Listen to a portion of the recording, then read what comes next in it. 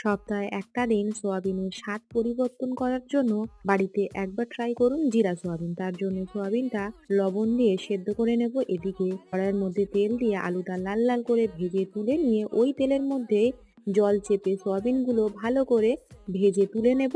অন্য কড়াইতে তেল গরম হয়ে আসলে গোটা গরম মশলা ফোড়ন দিয়ে দিয়ে দেবো পেঁয়াজ। পেঁয়াজটা নরম হয়ে আসলে দিয়ে দেবো আদা রসুন বাটা আর টমেটো। ভালো করে কষিয়ে নিয়ে দিয়ে দেবো কাঁচা জিরে বাটা।